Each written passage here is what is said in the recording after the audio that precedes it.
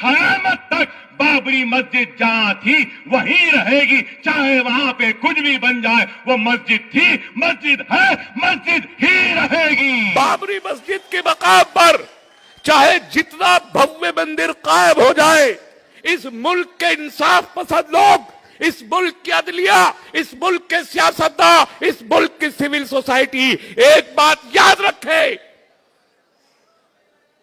बाबरी मस्जिद वहां 500 साल से थी। बाबरी मस्जिद के मलबे पे रामचंद्र जी आज बैठे हैं और मंदिर चाहे जितना बड़ा बन जाए, मस्जिद का दावा कायम रहेगा उस वक्त तक जब तक मस्जिद बन गई। मैं तो पूरे देश से कहूंगा कि उस जगह पर मस्जिद थी। उस 22 दिसंबर 49 की रात में चोरों की तरह उसमें मूर्तियों को रखा गया।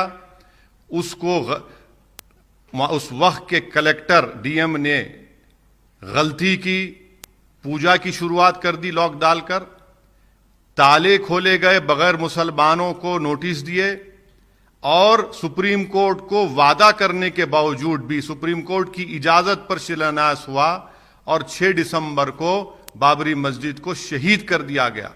हम यही कहेंगे कि वहां पर हमारी मस्जिद थी, वहां पर हमारी मस्जिद रहेगी। आज आप जो जगह पर काम करने जा रहे हैं, वहां पर 500 साल तक मस्जिद थी, वहां पर हमने हय्या अलस सलाह और हय्या अलल फलाह की सदाएं दी। ये हम बोलते रहेंगे। मैं मर भी जाऊंगा तो मैं वसीयत करके जाऊंगा कि ये याद दिलाते रहो देश के तमाम लोगों को कि वहां पर मस्जिद थी और 6 दिसंबर 1992 को उस मस्जिद को शहीद कर दिया गया। वहां पर बाबरी मस्जिद ही थी, है और रहेगी। आप कि 400 साल तक वहां पर मस्जिद थी और मेरा मानना यह है कि वहां पर मस्जिद आज भी है और कल भी रहेगी। उसके जजमेंट में लिखा है सन 1947 को जब हमारा मुल्क आजाद हुआ, उस वक्त बाबरी मस्जिद मौजूद थी।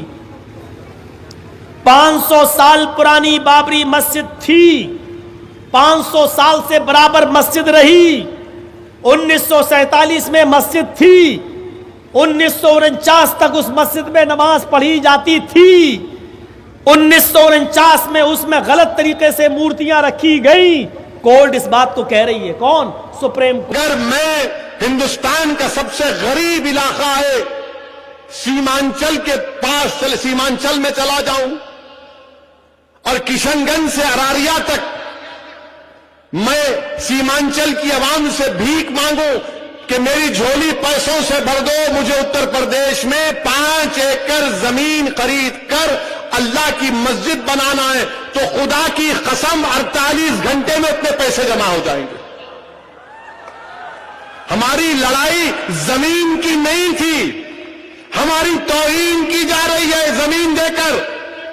हमारी लड़ाई मस्जिद की थी, लीगल राइट की थी।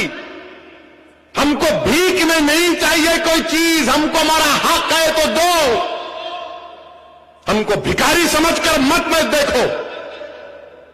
हम हिंदुस्तान के बाइज्जत शहरी हैं। हम कोई किराएदार नहीं है, हम कोई फकीर नहीं है, भिखारी नहीं है कि तुम्हारे फेंके हुए टुकड़ों पर जिंदा रहेंगे हम। लड़ाई लीगल राइट की है। इसीलिए all India Muslim personal law board के जिम्मेदारों ने कहा कि हम मुतमईन नहीं है।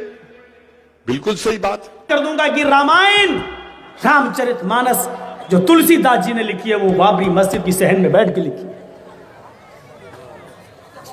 लेकिन रामचरितमानस लिखने वाला, बाबरी मस्जिद की सहन में किताब लिखने वाला, रामायण की आखिरी लाइनें लिखने वाला, पूरी रामायण पढ़ डालो, उसने नहीं लिखा कि इस जगह पर कभी राम पैदा हुए थे और बाबर ने मंदिर तोड़कर मस्जिद बनाई। उस तुलसीदास जी ने नहीं लिखा रामायण में, मस्जिद की सहन में रामायण लिख रहे हैं, लेकिन उन्होंने भी कोई इशारा नहीं किया। थोड़ी देर के लिए हमारी हार जरूर हुई है, मस्जिद की जमीन रामलला को दे दी गई, लेकिन मुसलमानों एक बहुत बड़ी जीत हुई है हमारी। वो जीत ये हुई कि भारत के हिंदू हमारे ऊपर इल्जाम लगाते थे कि मंदिर तोड़कर मस्जिद बनाई गई। अल्हम्दुलिल्लाह सुप्रीम कोर्ट ने इस बात को माना कि मंदिर तोड़कर मस्जिद बनाने का कोई सबूत नहीं मिला।